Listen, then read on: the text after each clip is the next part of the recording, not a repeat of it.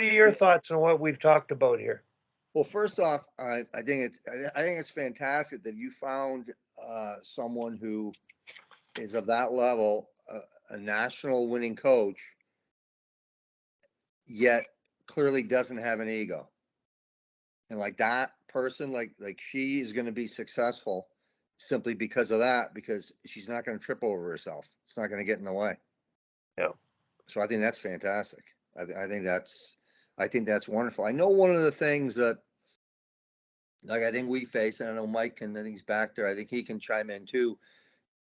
Like with youth hockey here, there's all different levels, right? There's the town and AAA and all that, but the biggest challenge that we have with that I see with the towns is the reason that people get involved, right? The reason that someone wants to be the president of an organization, and what those goals are, and how do we communicate to them that you can get potentially to where you want to be, but it's okay for a town organization to be a place where kids love the game, have fun at it, learn all the life skills, and then hopefully somewhere along the line have some measure of success with the wins and losses. It's okay to be that, and you don't have to be a AAA program, a national bound program. You don't have to be that, and that part's okay.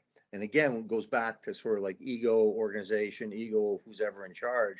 So that's always been a challenge, um, at least in my state. Uh, at the youth level, like it's okay to know who you are. Like it's okay. I just gotta chime in. The reason I got knocked off is I've got to go stroke my own ego and go outfish my kids. So, but I got to jump off, Wally. We'll touch base about next week's.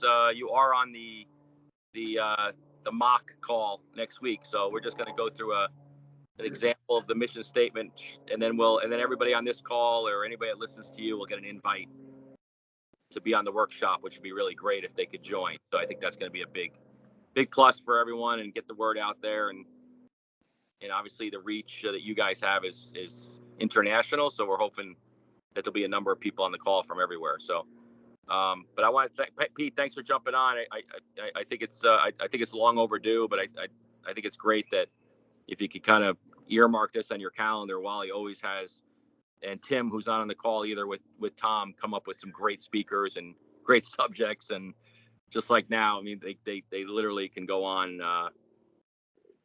if we're here on the East Coast, guys, so you got to remember we're hitting, we run into noon most of the time. So it's a great call. And I agree with Wally. It's something that, I think I look forward to every Thursday and just learning and evolving from the conversation.